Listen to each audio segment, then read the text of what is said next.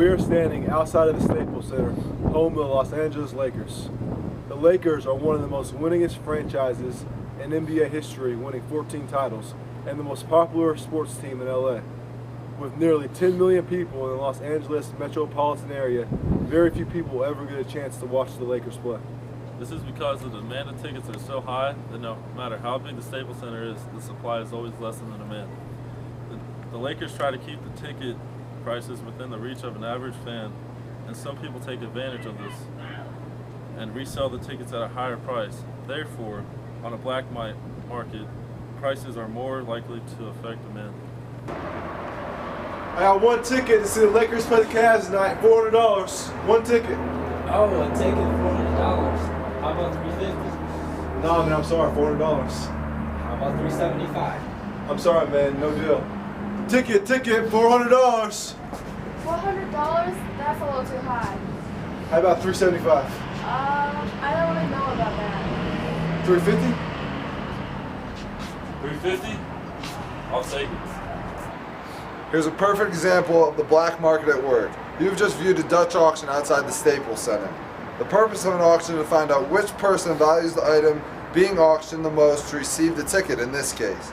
In a Dutch auction, your price starts high and gradually lowers, so the scalper in this case can get the most he can for the ticket. As you saw, the first fan was not willing to pay $400, so the scalper decided dropping the price a little as the second fan came along to $375. It was a little high for them as well. He decided to drop it to $350. As the price of $350 began to sound a little bit better, the fan was still not sure, but a third fan came along and quickly purchased the ticket. The third fan valued the ticket the most by purchasing the ticket right away.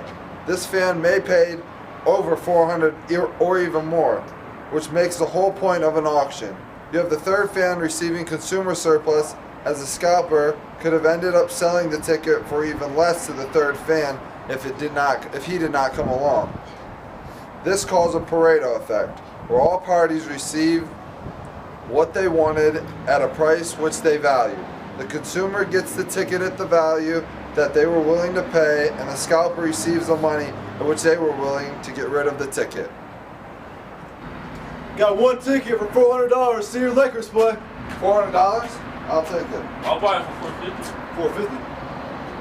No thanks. Sold. This is a perfect example of an English auction. An English auction is a type of auction whose most typical form is the open outcry. The auctioneer opens the auction by announcing a suggested open bid.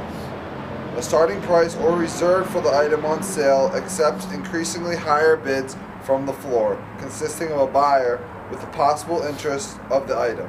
The highest bidder at any given moment is considered to have the standing bid, which can only be displaced by a higher bid for the competing buyer. If now competing bidders challenge the standing bid within the time frame, the standing bid becomes the winner.